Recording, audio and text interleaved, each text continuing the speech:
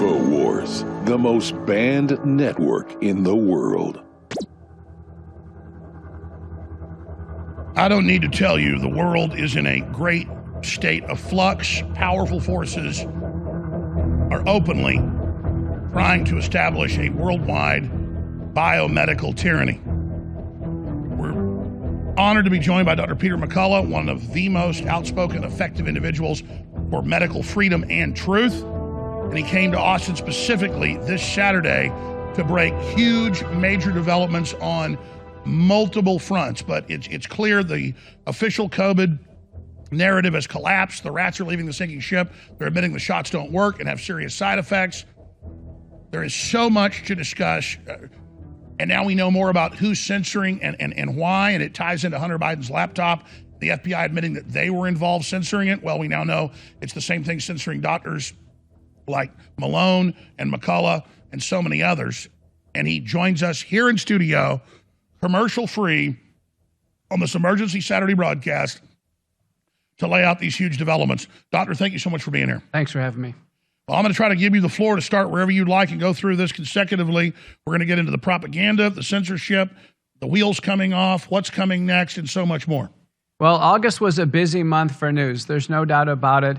Rochelle Walensky, our CDC director, came out and said the CDC made large mistakes and they needed to own these mistakes. I was called on the news. I was on Fox, multiple stations. They said, well, what mistakes did they make? And it was clear that the advice from the CDC was erratic, it was inconsistent, but yet it was dictatorial. And we know this because when we got to the point of wearing masks on airplanes, it took a federal judge in Florida to basically rule that the CDC can't tell Americans to wear masks on airplanes and have that have any traction. My opinion is that the CDC should have never given any advice or guidance on contagion control. Contagion control is in the realm of doctors and others who look after patients. There was no evidence to support public masking or hand sanitizers or social distancing, none of it. And the CDC never should have given guidance advice on emergency use authorized vaccines. The CDC establishes the general childhood vaccine schedule, but they were way out of their league in both of these endeavors. And boy, what a disaster it was for America. Within just a few days of all of this, the CDC came out with its new guidance, basically catching up to what our current understanding was. Recently on a podcast, one of the podcasters went over one of my standard lectures called The 5 COVID Truths and lined up the most recent CDC guidance to this, which was astonishing. Basically, the 5 COVID truths is that, fundamentally with respect to testing and nasal carriage of the virus, there is no difference between a fully vaccinated and an unvaccinated individual. They're indistinguishable from one another. They carry the virus at the same viral loads. They're equally as contagious. They get the infection with kind of an equal proclivity. And so we have a situation now where there is absolutely no scientific support for any form of mandate on someone taking a vaccine or a booster.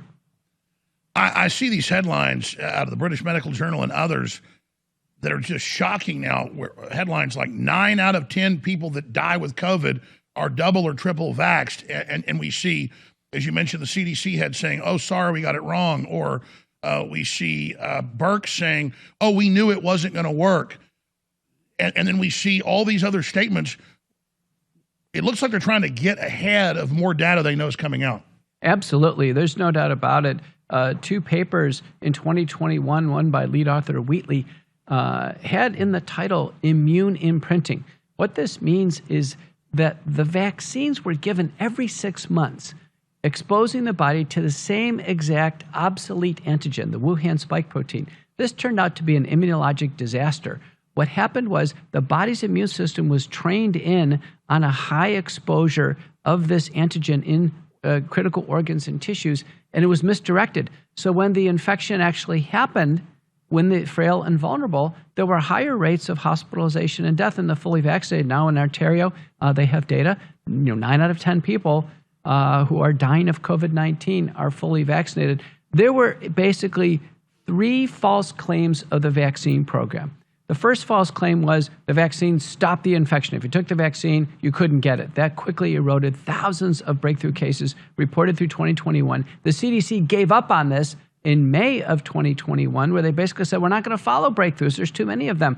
The second false claim was that the vaccines basically blocked transmission. And our Walensky had to come out in the summer of 2021 and say, listen, they don't stop transmission. People fully vaccinated, give it to one another. It was happening during weddings, cruise boats, naval ships. And then the last false claim was this, Alex. The false claim was, well, if you take the vaccine, there's a consolation prize and that you will have a milder case or you won't be hospitalized or die. And there was even ridiculous memes on the internet. One of them was a guy who gets COVID and he dies. And he said, thank goodness I had a vaccine. It could have been better. It could have been worse. Yeah. I mean, it could have been worse, right? So the idea is that the vaccines never reduced hospitalization and death. There never was a prospective randomized trial with hospitalization and death as a primary endpoint where that was reduced by the vaccines. The only two interventions that reduce hospitalization and death are having the illness beforehand, natural immunity, and then early treatment. So there was a series of fraudulent studies that didn't account for natural immunity and early treatment, claiming that the vaccinated had lower rates of hospitalization and death. I can tell you in my practice, if I have somebody who's fully vaccinated, they are the most fearful of COVID-19. They're the first ones to get early treatment, the first ones. And so without accounting for those variables, we had a whole series of fraudulent papers claiming that the fully vaccinated had lower rates of hospitalization and death. And then, as you pointed out, the data poured in from Canada, the UK, Israel, Europe, South Africa, and Australia, clearly showing when they account for who's been fully vaccinated, that indeed the fully vaccinated are doing far worse with COVID-19 than those who are unvaccinated. Wow. So you talk about, obviously, we'll talk about this later, they admit it's a PSYOP. I have them admitting it's a PSYOP, but what is it a PSYOP for? And how do you think Pfizer and Moderna and the system is going to extricate itself from this now that we see the reports that there's almost universal rejection now of the previous shots and now this new so-called booster they're rolling out with no human trials? How would you, in layman terms, when you're on Fox for, 3-minute hit, how would you quantify this for people that aren't, a research, doctor and medical doctor like yourself of really how big this is? Because we're sitting back with them admitting you're 9 times or 90% of those dying are triple vaxxed or whatever all over the Western world. I mean, that is just sensational and horrifying. So I mean, how would you describe this medical disaster? This is such a complex reality. It's mind-boggling. Through August, the other bombshell was that National Allergy, Immunology, Infectious Disease Branch Director, a division director, Anthony Fauci, who ascended to much higher levels of power than his NIH position ever granted him, announced his retirement or he's stepping down. Alex, I looked at his announcement on the NIH website. I was astonished to find in his kind of self-congratulatory departure notice, no mention of COVID-19. No mention of COVID-19. His signature program, there's no mention of it. I said this when I went on with Sebastian Gorka this week. Gorka nearly fell out of his chair. He goes, what? This guy, this was his Super Bowl of his career. There's no mention of it. And now we have the COVID-19 bivalent boosters coming in, and these really deserve explanation. This week, the U.S. FDA, with no human data, relying only on the manufacturers giving animal data or rodent data, showing an antibody rise in a mouse model of antibodies against a common segment of the BA4, BA5 spike protein. The FDA inexplicably approved this. Do you know the investigational new drug application for Pfizer was just filed on August 22nd? I mean, they had... So there's no review. They're just greenlighting everything. Well, this is unprecedented. that they had plenty of time to do large randomized trials. We've been in the midst of this BA4, BA5 secondary wave for months now. They had plenty of time to do randomized trials. They have tons of money. But they don't want the trials because they know the previous shots are killing people. Here's the thing. The very first sets of trials now have been critically analyzed by Peter Doshi at the University of Maryland and Joseph Freeman down in Louisiana at LSU. And their conclusion in a peer-reviewed paper is even from the original trials, when we actually get all the safety data and the efficacy data, the vaccines did more harm than good in the original randomized trials. Then it plays out into the public space. We know under court order, Pfizer had to release its dossier. The lawyer for the FDA tried to block this to Americans for 55 years. What was in that dossier is that Pfizer knew about 1,223 deaths within 90 days of release of their vaccine. Wow. Unprecedented. This is prima facie evidence that the FDA is involved in a safety cover-up for Pfizer. Recently, the Moderna documents... And prima facie, for those that don't know, means on its face. That's on its face. When the FDA says, we want to block this information, families were calling Pfizer saying, my loved one just died with your vaccine. Pfizer was dutifully recording all these deaths. They had hired hundreds of employees to man the phones as these deaths poured in. It's astonishing that Pfizer didn't shut it down after a handful of deaths, or at least 50 deaths. I've chaired days. I mean, they clearly knew. So let me just, as a layperson, let me ask you this. Why, if they know it's killing people and not working, are they doubling down with this super booster? Is this all just a test to see what they can get away with? If this is crazy. This is clearly a test to see what they can get away with. If the FDA is going to shield them from any public outrage, and it's interesting, Albert Bourla, the CEO of Pfizer, is going on the liberal media and advising Americans to take more of the conventional boosters and now the bivalent boosters. No one's ever asked him a question. You have 1,223 deaths within 90 days on your books. What are you doing about that? It should have been shut down. And then they try to suppress it, showing the premeditated nature of it.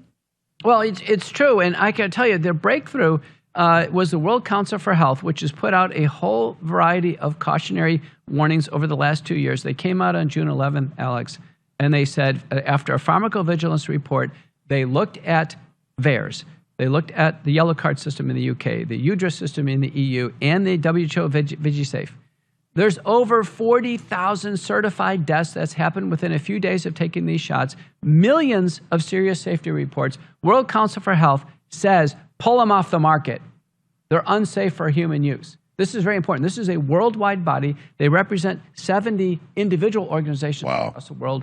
World Council for Health. So a prestigious, respected group says pull it. Pull it.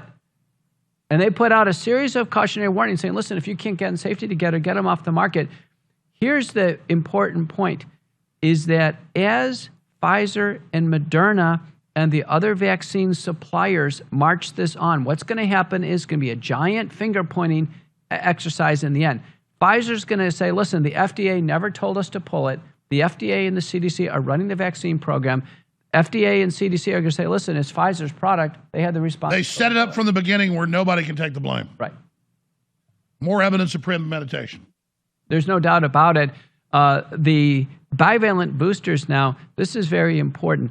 So they have fundamentally, the vaccine sponsors, the CDC and the FDA, are saying no more legacy boosters. So remember, Pfizer was 30 micrograms initially, second shot 30 micrograms, and then every 6 months 30 micrograms. There was no change. Moderna was 100 mics, 100 mics, 100 mics. Now of interest, the Pfizer booster is 30 micrograms. It's 15 of the original, which is obsolete, and then 15 micrograms of the BA4, BA5 new genetic code. Moderna of interest is the booster is not 100 micrograms like it used to be. It's a 50 microgram booster, 25 mics of original and 25 mics of Omicron. Here's my read on this, is they are going to get less of the super toxic original Wuhan spike protein with these boosters, less. So they're cutting the power. Okay, but in the BA4, BA5, we don't know anything about a human experience since the human studies weren't done, but I would infer as a doctor, it is going to be a less toxic spike exposure since the Omicron is a milder virus. So I think the boosters are going to, in a sense, take an edge off some of the safety tension, but so much of the damage has already been done. Exactly. Now they're putting out a weaker vaccine, because I'm not a scientist like you, but what I'm saying, wasn't the Moderna 3 times stronger than the Pfizer? Yes. And now we have Moderna suing Pfizer, saying basically it's a copy of their shot, just weaker. Now that's an interesting development. Moderna suing Pfizer. Recall that Stéphane Bancel, the billionaire CEO for Moderna, previously was the CEO for bioMérieux. And bioMérieux is the French conglomerate company that Jacques Chirac negotiated with the Chinese to build the biosecurity annex in Wuhan, China. Stéphane Bancel orchestrated the construction of the biosecurity lab in Wuhan, China. And then in 2015, he changes from bioMérieux and joins a one-person company in Cambridge, Massachusetts, Moderna.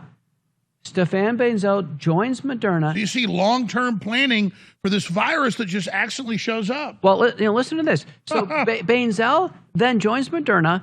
He starts working with the U.S. National Institutes of Health on the Moderna patent for the SARS-CoV-2 vaccine.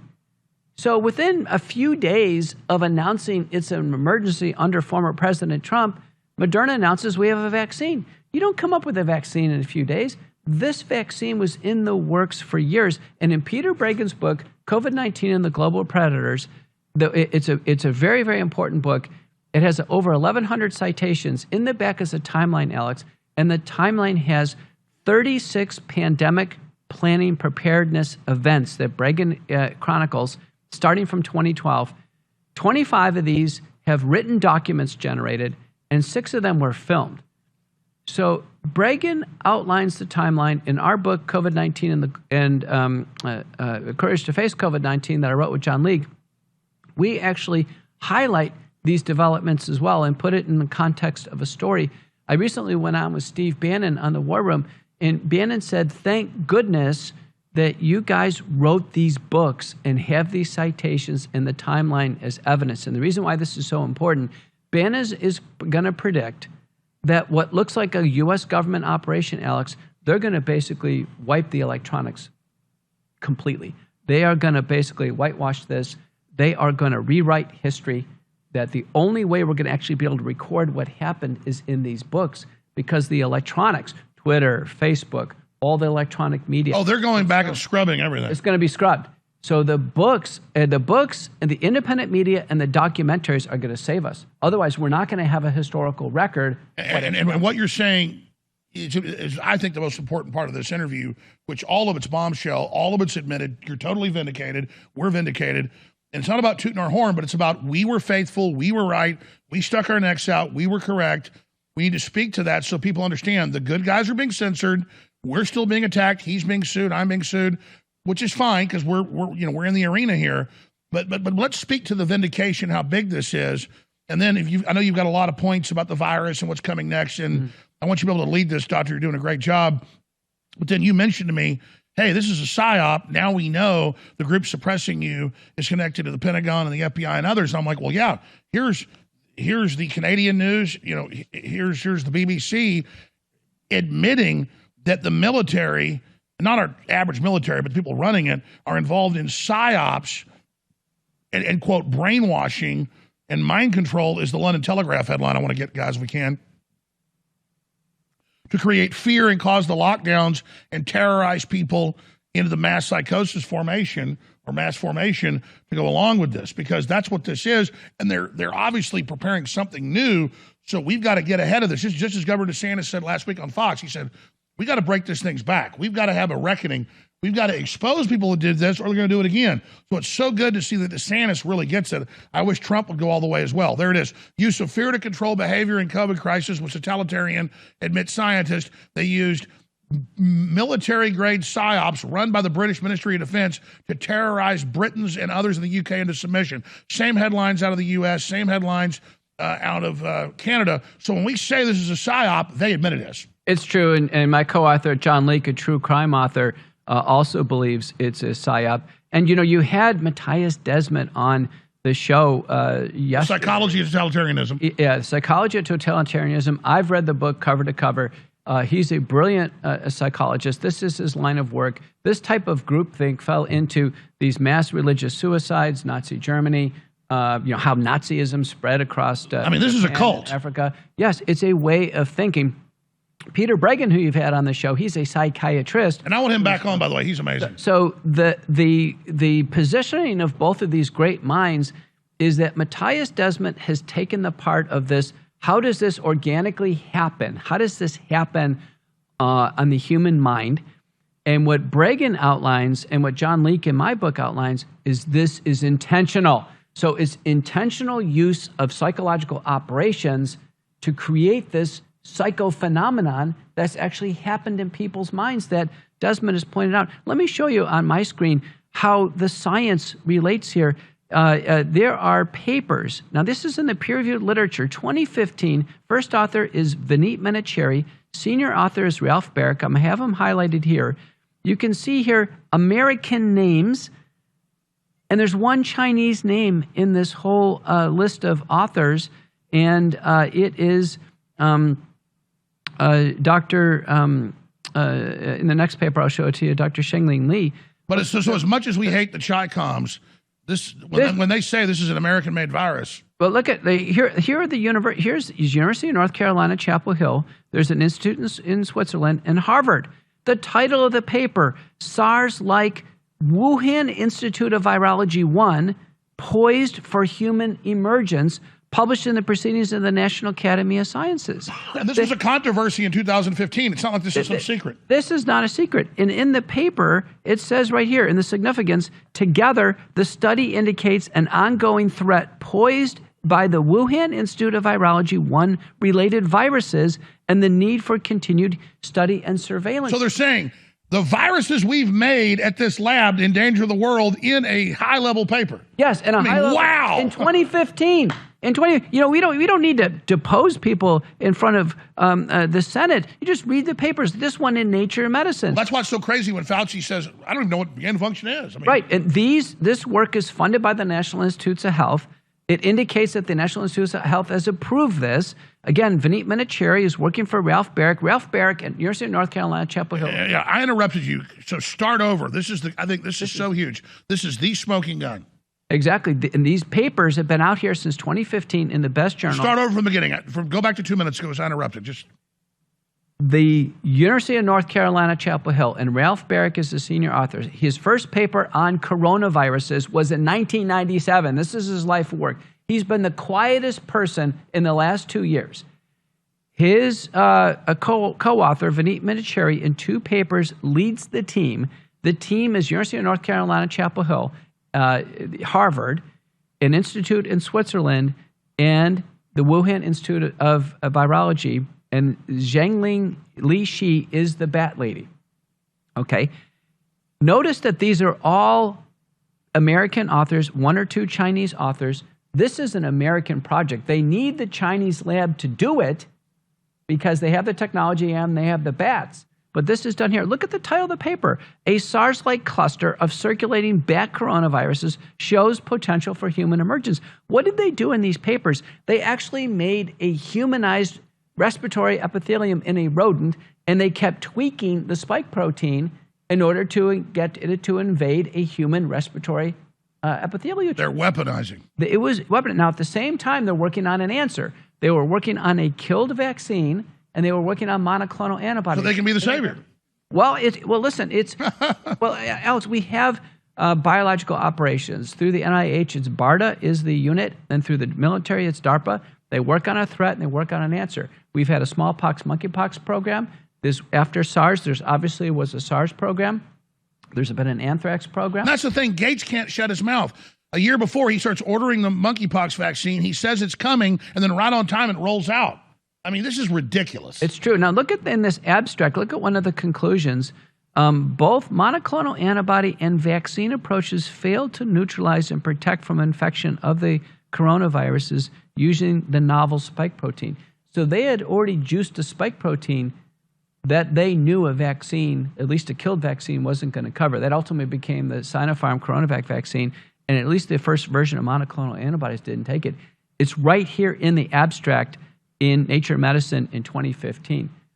I can tell you this is prima facie evidence that it's a U.S.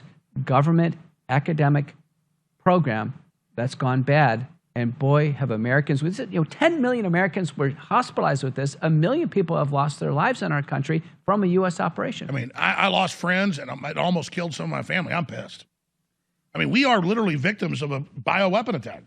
And, there are now 3 papers, one by Farkas and colleagues published in Military Medicine, and 2 by Yen that have concluded it's a bioweapon. This isn't a controversy. This is concluded in the academic. And again, we're not like liberals that want to be professional victims, but I lost friends. My family almost died. This stuff scared me. I barely stopped my wife from going to the hospital because she couldn't breathe. And they put her on a ventilator, and we took the steroids and she got out of it, and the ivermectin. We've been attacked, folks. We need to take it personal and bring these people to justice, or they're going to do it again. But everyone in the world, particularly the West, is a victim of I believe, premeditated release of a bioweapon attack, and then phase 2, the poison shot to erase our immune system. And I think we should all literally start a whole organization of victims of this bio attack, because this is a big deal.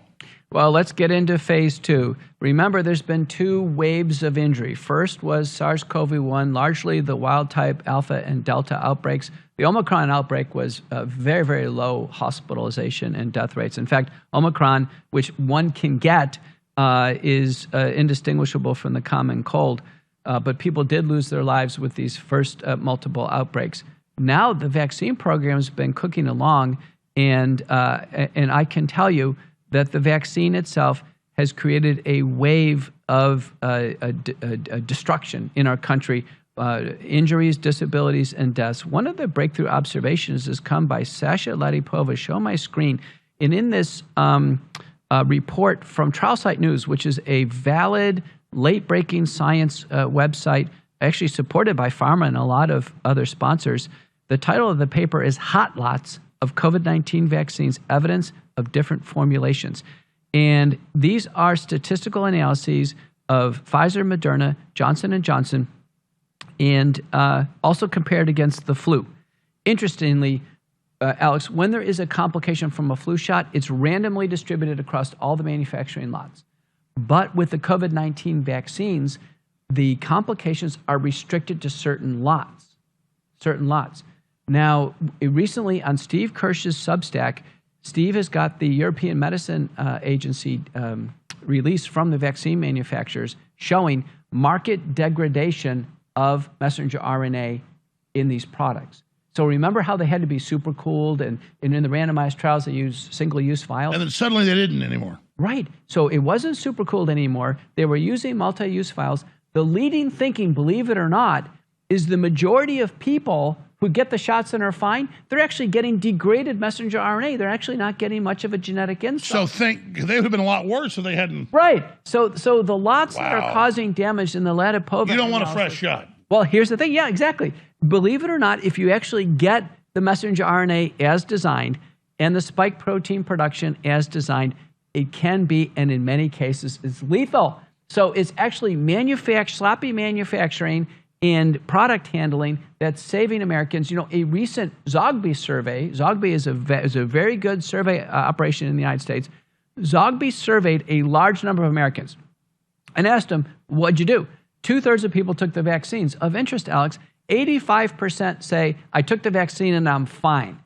Nothing happened. I took the vaccine and I'm fine. That's because they got spoiled. Probably. 15% said, I've got a problem. I've got a new disease. I've got a new medical problem. I'm going to my doctor. And they fall into cardiovascular, neurological, hematological, immunological, and now, unfortunately, cancer. And that's the current state of affairs. 15% of Americans who have taken these products now, I think, deeply regret it. Well, Greg Reese did a great report 6 months ago that got millions of views and went viral, where he showed the VAS reports and some other reports, and I think some of Kirsch's research and others, showing that it looked like red states and areas were having higher death rates. But now with this, it just looks like the blue states are so sloppy and so lazy and so bad about deploying things that they were giving people old, spoiled ones, but the more conservative states were actually better at deploying it. So that's probably why it's the more conservative areas being hit and having higher death rates. I mean, that's not scientific. I'm just trying to Yes, that could be why. Well, if you looked at blue states that are potentially more heavily vaccinated, then there was actually probably a greater free-for-all, if you will, at CVS and Walgreens. They left the vials out. Multiple people would come in. So as soon as you leave a vial out and it starts to get warmer, there's multiple needle pokes through the diaphragm of the vial. Then there's introduction of oxygen, oxidative stress, what have you.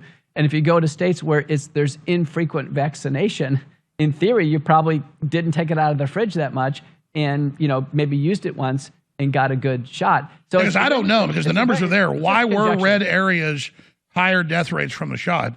And I could never figure it out, but it just sounds like there's just the left is just so incompetent, so sloppy.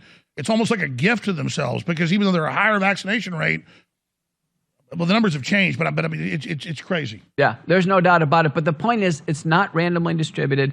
Senator Ron Johnson, myself, Robert. Well, yeah, why are certain lots in certain places? That was something that the statisticians thought was weird. Yeah, I don't know. I don't know about that. Be investigated. But it should be investigated. Ron Johnson, who is a U.S. Senator from Wisconsin, has a manufacturing background. At our crony capitalism meeting at Hillsdale, the unit in Washington, I was there, Robert Malone, Pierre Corey. Johnson said, I am a manufacturing guy. When you have a large number of complications in a restricted number of manufacturing lots, you've got a bona fide safety problem. It's not randomly distributed. This is another piece of evidence that, in fact, is causative. Because if this was randomly associated with people's background... Explain it in layman's terms. So, this is premeditated. Well, meaning that people have said, no matter how many complications exist, it's not due to the vaccines. Well, I can tell you it's not due to their background conditions, because it wouldn't be restricted to specific lots. Anytime you have a recall on a car, for instance, it's always down to certain VIN numbers of a car because it's related to how they put it together. The complications of the vaccine are related to something inherent with the vaccine. Probably in this case, good manufacturing and handling gives a more deadly vaccine. Well, let me ask you this, just a random question there. Why would the CDC in October 2000 put out that famous report of what they predict would be adverse reactions, and it was the exact thing that happened? And it was exactly what Dr. Edon and others were predicting would happen. So if you've got all these top scientists predicting and on one side saying don't do it, and then the government's putting out a report predicting what would happen, A, that shows they knew something, but B, why would they then admit it? It shows that there is fragmentation of thought. The CDC is a multi-billion-dollar... So some people care and are warning, and other people don't care. Exactly. Yeah. Exactly. And you know that because there's been a lot of people who have walked out of the CDC. A lot of people... They've had to get rid of a bunch of boards. And Dr. Gruber, who headed up the FDA vaccine regulatory group, she walked out the day there was the false announcement that the vaccines were fully FDA approved. She knew they weren't, and she walked out. Bring up my screen. This is the most recent Redbox report from VAERS. So anybody goes to openvaersdata.com, make sure you toggle over at the top and toggle over to U.S. so you don't see. The VAERS also, by the way, gets cases in from Japan and Germany, so you just want to be on U.S. I put a flag on the top where now the CDC is now verifying 14,129 Americans have died after the vaccines. 86% of the time, this is reported by a doctor, a nurse, a paramedic, a coroner, who thinks the vaccine caused the death. Okay, otherwise we wouldn't report it. It's obviously a higher number. So, and then look at this is the frequency. The vast majority of deaths occur on day 1, day 2, or day 3, Alex. It's a very, very quick death. Look at these hundreds of thousands of hospitalizations, 8,744 cases of myocarditis. Each one of these, the CDC director calls the cardiologist. I've been called by the CDC director, and we go over the information to conclude that it's myocarditis. This is heart damage. It looks like it's irreversible, largely in young people. There are multiple published cases of fatal myocarditis, and we see case after case of athletes dying on the field. A paper by Flavio Catagiani from Brasilia, Brazil, by the way, who was just raided in his house of his scientific papers by some type of Brazilian government operative. You can bring up Flavio Catagiani. This hit on Trial Site News. There's a whole expose on this. Flavio Catagiani published a paper. He said, I figured this out. What happens is the spike protein gets into the heart. That's been shown by Bohmeyer and colleagues in Germany. And then there starts to be inflammation and some scar formation. And there's the surge of adrenaline during the course of exercise that triggers the sudden cardiac death that's happening. And now we call it sudden adult death syndrome when this happens to people outside of the athletic arena. And it's person after person after person. Alex, let me tell you about this. Sudden adult death syndrome, the vaccine proponents are saying, well, it's just death with no cause. In the United States, death is always well known. It's 40% heart disease, 40% known cancer, and 20% other causes. We don't have large fractions of unexplained deaths in the United States until now. And in some places, some regions of the United States, the leading cause of death is unknown. The only new factor introduced into America has been the vaccine. I mean, it's so obvious. I don't need to be a doctor or a scientist to know if I shoot somebody with a gun and they fall over and bleed to death, I don't need to be a pathologist or somebody to say, or a coroner to say the gun killed him. I know it did. And we introduced this new thing, and then we have more deaths once the vaccine comes out than we had during the so-called pandemic. I mean, and you have all the insurance company numbers coming out of just skyrocketing death. Staggering. Well, let's just take COVID deaths. Before the vaccines, there were 250,000 COVID deaths. Now, after the vaccines, there's 750,000. So far more people have died of COVID since we've actually had the vaccine program going. Now you look at overall mortality. Every single life insurance company is reporting record claims for life insurance. Who has life insurance, Alex? It's people who are young people who are employed because they get life insurance through their employer. And so there's now the spouses of employed people who are dying in record numbers. And I've even read that insurance companies may have to charge more for young people now suddenly because of this. So I want to do this in the 15 minutes we have left because I know you've got another interview coming up with Eddie Bravo. You're going to shoot today. It's going to be airing next week on his show. Because I'm here asking a lot of questions, and they're good questions, but I want to give you the floor to go through your slides the next 10, 15 minutes and just cover all the different aspects of this. And then when I come back at the end, you want to talk about this controversy with Dr. Desmond and another leading psychiatrist, psychologist, with whether this is intentional or not. But you've got the floor for 10 minutes without me interrupting to hit all the rest of your slides. Well, we're working through this VAERS report, which is very important. Again, this is what the CDC verifies. As a doctor, when I make a VAERS report, I enter the information. I go through screen after screen. I enter the patient's name and phone number and email. I have to get their consent to do this. And when I make a VAERS report, it's done under the threat of imprisonment or federal fine if I'm falsifying information. Everything entered into this report that you see on the red box screen here is serious. That's the point I want to make. It's serious, and the CDC vets this. This is legit. Now, this is thought to be grossly underreported, because when someone dies or is hospitalized, unless somebody gets the vaccine card and really gets a healthcare provider to make the entries into VAERS and go through all this, it takes a lot of time. It doesn't get reported. So large numbers of deaths after vaccines, heart attacks, myocarditis, hospitalizations are thought to be not reported to VAERS. In prior studies from Harvard, with other vaccines, the underreporting factor was roughly 100 to 1, meaning it could be 100 times worse than this.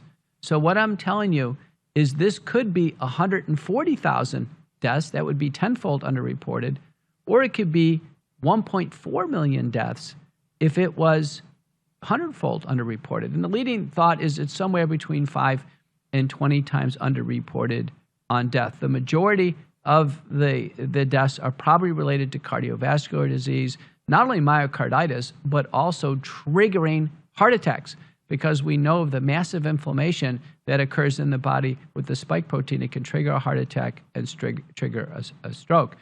Nick Pantazatos, who's in the news today from Colombia, because he's pushing Colombia very hard to drop all their vaccine mandates, using U.S. Census data and vaccine administration data through December of 2021.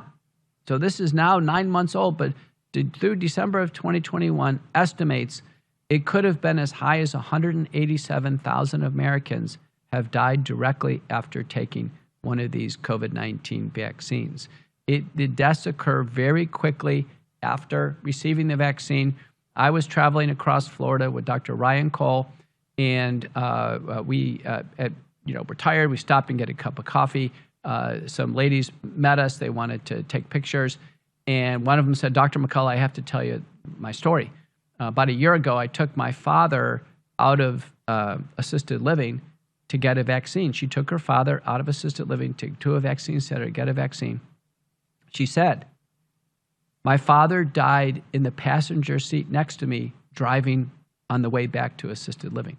That's how these deaths occur on day 0. Look at the skyrocketing on day 0 and day 1. That's how these deaths occur. They're relatively sudden. We know that the spike protein is produced and in the bloodstream within an hour, and it's highly toxic, and those who probably have far too much spike protein generated, the human body can't tolerate it.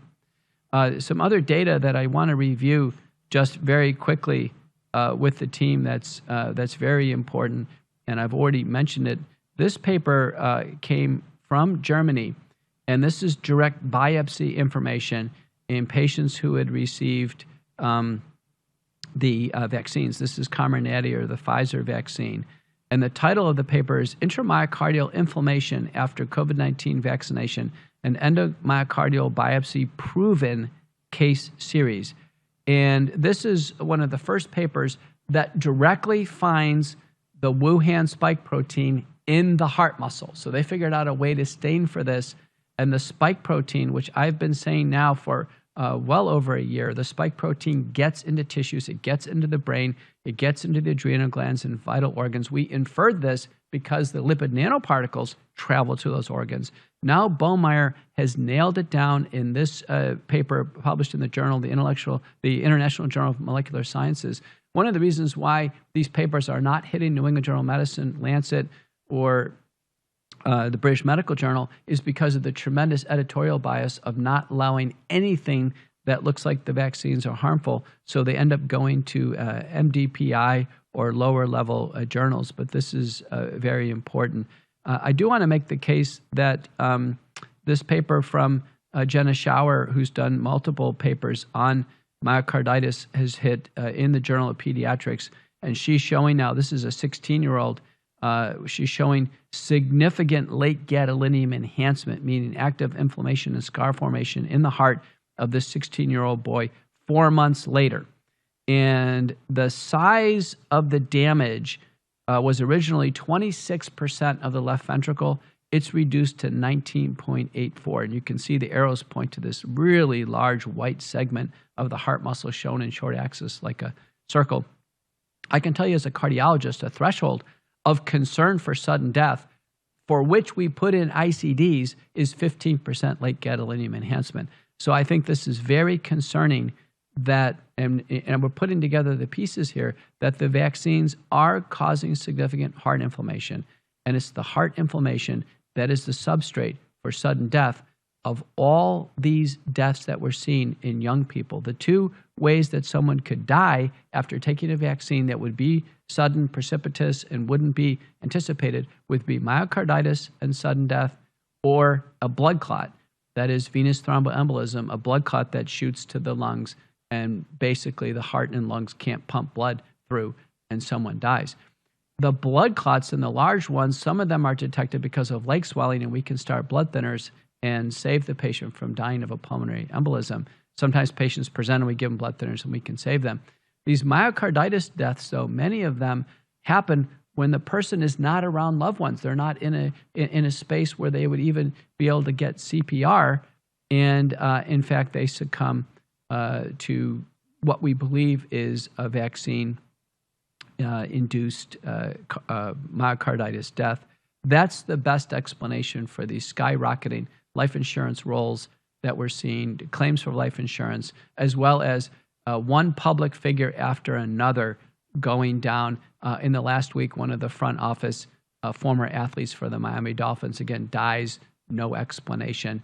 It's happening now week after week after week. The vaccines, sadly, have failed at doing what they should do. And Alex and I mentioned this inverse relationship between taking a vaccine and actually, fundamentally being protected against COVID-19. Here are the data. I want to make this very clear. This is from the Scottish Weekly Statistics.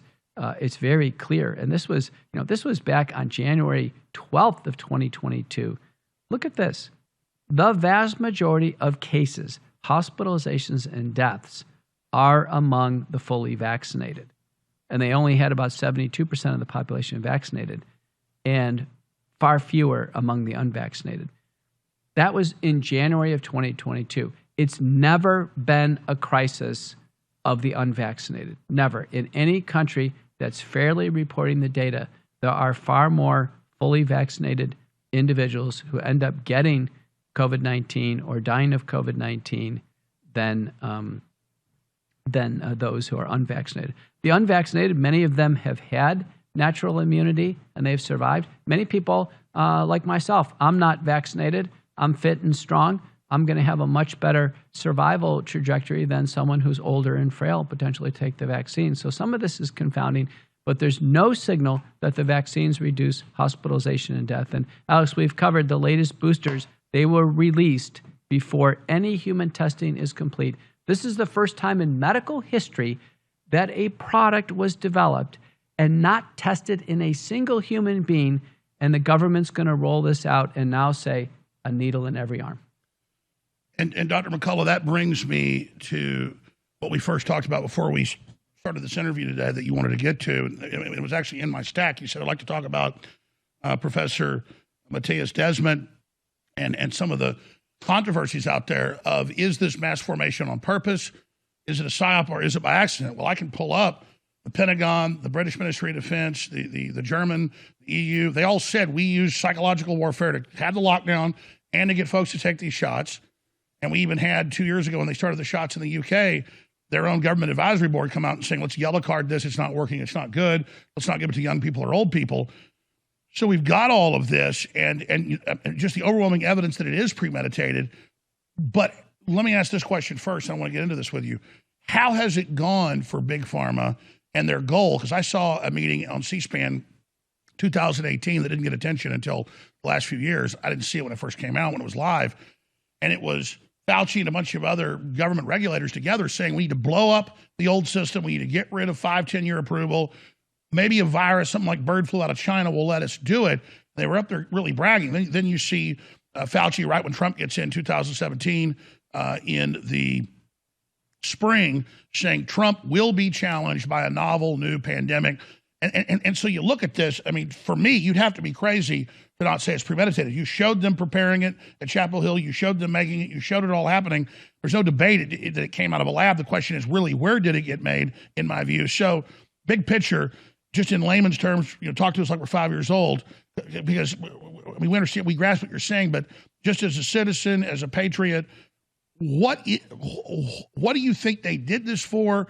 What is the goal, and how is it going for this unprecedented medical tyranny rollout? We should take public utterances seriously. In our book, Courage to Face COVID-19, John Leake goes into this. When Bill Gates, who's part of the biopharmaceutical complex, there's no doubt Gates Foundation. I should have added, that's what your book gets into, is the whole background. Yeah, so I mean, say the name of the book again, The Courage to Face COVID-19. Courage to Face COVID-19, Preventing Hospitalizations and Deaths While Battling the Biopharmaceutical Complex. People say, well, what's the biopharmaceutical complex? Say, well, let's go to the top. It's the World Economic Forum, the Gates Foundation, WHO, the Wellcome Trust, the Rockefeller Foundation, Gavi, CEPI, Center for Epidemic Preparedness and Innovation, EcoHealth Alliance, which is the go-between between the NIH and the Wuhan lab, the Chinese Communist Party, the U.S. CDC, NIH, and FDA. That's the complex. That's the complex. This is very important. Now, the suppliers are Big Pharma. They're supplying the products that the complex wants. But the complex is making the calls. And they have figured out, Alex, that through declared medical emergencies worldwide and then local, with no accounting oversight, with no voting, with no reconciliation. Just the UN announces emergency and they're God. And they, well, listen, this is important. They drain treasuries worldwide dry. They drain treasuries dry. And have governments sign agreements giving them secret immunity. Exactly. And this is a new way to establish authority. So when Klaus Schwab, who's head of the World Economic Forum, when he publishes a book within 3 months of the crisis evolving, and the title of the book is COVID-19 and the Global Reset, he says in the book, we will use this as an opportunity to reset a new world order. And there's your motive right there, a worldwide corporate technocracy over the UN, the World Economic Forum given governmental power by the UN, bypassing our governments, directing big tech to censor, and that leads us now to the beginning of this controversy we're going to talk about. You are suing Twitter, and you're now witnessing in live time what the FBI admitted to Mark Zuckerberg, what Mark Zuckerberg admitted a week and a half ago to Joe Rogan, that became the top story in the country, thank God. People thought Joe softballed him, but he got Zuckerberg to admit the FBI came to us and said, this is fake, don't put out the Hunter Biden laptop, even though they knew it was real. So that shows not just big tech censoring, okay, private company, no, in coordination with the deep state, and now you and other top scientists, you're the most, I mean, you and Malone, nobody's in competition, but you guys are kind of the twin, pole stars there, where you guys have been the tip of the spear, and they are actively attacking you institutionally, suing you, silencing you. I mean, that just adds to the fact that they didn't just block treatments, and they didn't just block, all these other therapeutics. They didn't just block people trying to tell the truth back then who've been vindicated, but now they're actively trying to block you today. Oh, absolutely. And Twitter's got a lot of legal activity on their hands. America First Legal already has, through FOIA, they have the evidence that the CDC and multiple governmental agencies are meeting with Twitter and Facebook and other social media, and they are crafting the false agenda, the false narrative, and they're basically engineering a way to do this. Now, remember, this was an Event 201. This has been depicted in Pandemic 1, Pandemic 2. Lockstep, to use social media, to create a false narrative and mislead the world through social media. Now, a method of doing that is any dissenting voices that could give listeners an alternative point of view must be crushed and silenced. Now, that would include a doctor like me who's trying to invent new treatments for COVID-19 and combinations of drug therapy, trying to fairly evaluate safety and efficacy, just crush me and to crush people in my circles through discontinuing our accounts, banning. There can be millions of people on my Twitter feed every day, but they're constantly being unfollowed to try to keep. This is organized corporations and government, internationally and nationally and locally, trying to suppress whistleblowers, trying to suppress treatments, trying to suppress science. Well, listen to this. In my Twitter lawsuit, where Malone is also a plaintiff, Twitter has just responded. You can't believe what motion they filed. Twitter filed a motion. It's called a SLAPP motion, a strategic lawsuit against public participation. Twitter is basically saying that they have the right to participate in this public health conversation, and through manipulating our accounts, that Twitter can actually make its points. This is astonishing. They're calling it free speech to censor you. And incredible. Well, they're saying that their right to actually articulate a message. They're saying censoring is their speech. Yes, I mean this is astonishing. This is 1984 on steroids. In California, Bill AB 2098, Alex, just passed everything. It's up for Newsom to sign. That bill says it will be illegal for a doctor to engage in a conversation on COVID-19. Because, in fact, when you tried to get here yesterday, but storms blocked your flight, you still came in. We appreciate you. That was one of the central things you sent me you wanted to cover. So let's hit that this bill in California. The bill in California, for the first time, says that there will be a central authority that will decide truth. Oh, and in a sense, a ministry of truth, a ministry of information. And any doctor who says something that is not in line with this message of information or truth, that doctor is subject to losing their license, fines, on and on and on. And it's just around COVID. But this is going to come down to basically work to completely muzzle doctors. If we were in California right now, under this new law, you and I couldn't have this interchange. We couldn't fairly review the data. So this is literally a ministry of truth that can punish doctors and others if they don't follow the orthodoxy and are heretics. That's right. And the doctors don't even know it. It's an inquisition. It's an inquisition. I just can't believe that in a liberal democracy in America that we would get, and of course, California is leading the way. But the good news is you've been vindicated. We wish we weren't vindicated. We wish we were wrong. But speak to that briefly, because it's important. Let's mention vindication. This was fun. I think a lot of people saw Joe Rogan's podcast with Aaron Rodgers. And Aaron basically pointed out the degree of vaccine discrimination that he faced, which was extraordinary. His choice not to take a vaccine, Aaron had a polyethylene glycol allergy. He disclosed this. I showed you the VAS report. There's 30. It's like, hey, I'm allergic to codeine. I can't take it. One of my children's allergic to penicillin. You tell somebody you're allergic, they go, sorry, you're going to take it. Well, what Aaron, through his intelligence and his perceptiveness, he saved his own life. There's been thousands of people who have died who have had these allergies. So Aaron's not going to take it. And then he gets into this vaccine discrimination. And the comment that comes around when he mentions that fundamentally Aaron Rodgers and Joe Rogan received the McCullough Protocol. They received the sequenced drugs. They got through COVID-19. Aaron's actually mentioned it on his podcast by name. So Aaron said, Joe, you got in trouble a few months ago by bringing on some controversial doctors. And then Rogan smiled. He goes, they're not too controversial now. Meaning we've been total vindication. And one thing I disagree with Joe on, and I love Joe. He's had a lot of courage. He's done great work. He's helping us win this. He's a star player here in the fight for truth. But he said the best we can hope for is that they don't do this again. No, they don't do it again by bringing them to justice. So what should be done to Fauci and what should be done to all these people? I mean, I'm not a vindictive person, but these people are going to come back again. They need to be dealt with, just like Governor DeSantis said. We got to have a reckoning. Well, midterm elections are going to be key. If Republicans come into power, I went on with Steve Bannon. Steve's the one who said it. He said, we need full and complete investigation. We probably need special committees. We need prosecutorial power.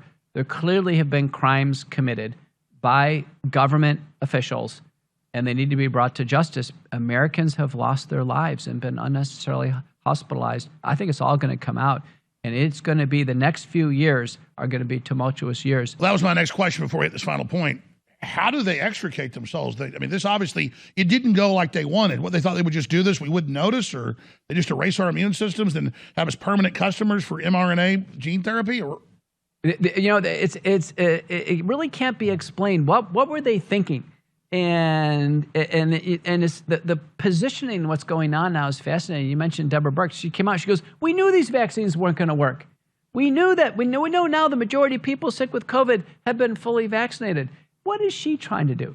Is she trying to position herself to say, listen, I'm not so culpable? What about... And they're all doing it. That former head of Planned Parenthood, that CNN reporter is like, I'm against this. It was all wrong. The lockdowns were wrong. They're all changed. They're all flipping. Right, yeah. So there's a CNN commentator who has just had the most harsh comments about people wearing masks and what have you. Now she comes out and says, my child was harmed by wearing a mask. So I think so many people are trying, they realize they are deeply on the wrong side of this, Alex, and they are trying to do anything they can to position Exactly. They're followers. They went with the establishment. Now that it's not working, they're flipping. And I see that as the clearest sign we're winning. There's a lot of carnage, a lot of damage, but I think that the tide's turned. Or is it turning? Or I agree. I think there's been big cracks in this wall of totalitarianism, that is this type of thinking that has come over the United States that your guest yesterday, Matthias Desmond, laid out so clearly. As people come out of what's called the formation, they start to get some reckoning in what's going on, and they realize, oh my Lord, they realize that they themselves have tremendous culpability. You're going to start to see the positioning. I think it's going to go actually through not only government officials, it's going to go through media, through academia, through the corporate big tech world. I agree. And it's not just this mass formation that was obviously programmed and prepared, and the Pentagon admits it. That's not debatable. But all these other lies, once somebody gets they were lied to big time, generally, if they finally get out of it, either they do Stockholm Syndrome and get deep into it and just, or in a Jim Jones cult or a Hitler cult and do whatever they're told, or they finally, once you snap out of it, then you see all the rest of it. I think they jump the shark here. I think they do. But, the thing I'm fascinated with is the lack of outrage when a loved one dies with the vaccine. You know, there still is a lack of family outrage. People are in this mass formation. Many are concerned that there's other motivating factors where they don't come out and express their outrage. Here in Texas, we have Ernesto Ramirez. He super healthy, amazing son, dead 4 days after the shot. Yeah, and you know, the father is a single father. He's a truck driver. He's doing the best he can. He's not sure about the vaccines. He takes it himself, the father, to make sure it's safe. And he says, well, nothing happened to me. His son takes it and dies playing basketball. Again, that thing we were exercising. He dies like a few days afterwards. I reviewed the autopsy report, Alex. I'm telling you, he died of myocarditis. And of interest, Mr. Ramirez will tell you the story. He was approached and there was an attempt to be bought off for his silence. So maybe this is going on. I don't want to speculate, but it's the lack of outrage. Now, obviously, this father's outraged. He's taking the story. We have two people in this office. Let me say their names. One had a 30-something-year-old brother die in perfect health, exercised everything, no heart problems. And another was a 51-year-old stepmother. They had for 20 years stepmother. She was in good health, played tennis, everything. She took the second Moderna shot, took the first one 4 months ago, the next one a month later, kidney failure within 1 month, heart attack, stroke, and then was in therapy and died. And they're not even denying. They know. They just don't know. It's like so embarrassing. Like, well, why didn't someone warn us? Well, you tried to warn them. They suppressed you. So now big tech and everybody that suppressed Dr. McCullough and everybody else, Dr. Malone, you've now signed on to this. Congratulations. And I don't want to be some victor here, but we're vindicated. We went through hell to tell the truth. And now you people that bullied us and censored us, you know who you are. You're now part of mass murder. You're now a baby Hitler. How's it feel? You know, I can tell you there's a large fraction of Americans, just like with these vignettes, they know somebody who's either lost their life or been seriously injured or, in fact, disabled from the vaccines. And a recent survey from Michigan State, the first author is Skidmore, I believe, shows, I think it's 22% of America now, in their circle, they see this happening. You know, we don't need to have this in the media. We don't need to have this in the press. They see it happening now. The rates of vaccination, I do want to share this with you, where we are with the rates of vaccination. This is astonishing. We have now the lowest rates of vaccination we've ever had in our country. There is no enthusiasm. So that means it blew up in their face. This is the shots being, this is brought right up until a few days ago. Look at this. Had that big push in 2020. Everyone was scared, safe and effective, safe and effective. Then we got through 2021, that secondary wave, those were the mandates. People say, listen, I don't want to take these, but I got to take it for my job. Now look at this. We're down to no interest in these. I predict, since the companies have made these bivalent vaccines, the United States, by the way, has bought enough boosters for nearly the entire country. We have drained our treasury dry on these boosters that's never been. And Trudeau's bought them out for 5 years. Yeah, in Australia for 7 years. The point is, what are they going to do? They've bought all this product. It's going to be shipped to the pharmacies. Look at the data here. Nobody wants these. We are going to have the biggest tension of, are people going to be clobbered with mandates and pressure and coercion to take these untested products, or is America going to have the wherewithal and the strength to say no more? Well, it's obvious. They've got new viruses cooked up. They're not going to stop. They already tried monkeypox, already tried more fear. It's not working. In closing, because you've got to get on a plane soon, and Eddie Bravo's here to interview you for his show, and I really appreciate you flying into Austin for this. Eddie's got a huge show. He's going to do Joe Rogan right after this. You need to get back on Joe, obviously. My God, so incredible. Total vindication. Now's the time. Hell, we ought to just you ought to just cancel your flight in the car with Eddie and just show up over there at the Fight Companion. But I'm here. But seriously, let's finish up with the psychology of totalitarianism and Professor Desmond. And a fellow you co-authored a book is another great psychologist, psychiatrist, and their debate. And I agree, Desmond isn't trying to say it's staged because he's just trying to get you aware of the mass psychosis, the mass formation. But obviously, we just showed documents. This is staged. Let's talk about this controversy. Right. It's not a controversy. I don't think there's disagreement. Well, they've made it a controversy. Yeah, and others have. Peter Breggin, in his timeline, in his book, COVID-19 and the Global Predators, We Are the Prey, He lays it out, Alex. There's 1,100 references. This was planned. This is a PSYOP. You have all the supporting data on this. It's planned. And what Desmond is saying is that there is a real biological group psychology phenomenon that does happen, and they use the PSYOPs and let the biology, the psychobiology actually happen that Desmond says happen. So they're cohesive. Bregan and John Leake, my co-author, says it's planned. This was intentional. There's a biopharmaceutical complex. This has been operationalized and weaponized. And what Desmond is saying is it really does happen. People actually do go in it. Sure, he's showing the phenomenon, but then your book and the other books and the other psychiatrists, they show how it was premeditated. Exactly. What Desmond is saying, the very important thing that Desmond is saying is that it's real. People can get into this trance. They truly are in a trance. When you see people walking around with masks, I just flew into the airport today. There may be 5% of people wearing masks. They really are in this psychological trance. A mask is a very good proxy for who actually is in the mass formation. Wow, I'm just wondering what they pull next. Well, I want to thank you for being here with us. One more time, as I read your book, it's amazing. I should have pointed out, you wrote a book with one of the top true crime writers out there, who then wrote a nonfiction book, Reverse Engineering, How This Was Premeditated. Such a critical book. Give people the title again. Courage to Face COVID-19, Preventing Hospitalizations and Deaths While Battling the Biopharmaceutical Complex. Most days it's #1 in viral diseases, communicable diseases, and true crime. Alex, after a book review recently, we were ranked number 56 out of 2 million books on Amazon. That's right. And to expand on that, you're not just saying they're scrubbing the internet at new levels and blocking things, now blocking URLs. Books are the key to have a historical record of what these criminals did to stop them in the future. That's why the Great Reset and the War for the World has gone to number 6 in the world. It's like number 40-something right now. We want to send it to #1. The book is now shipping.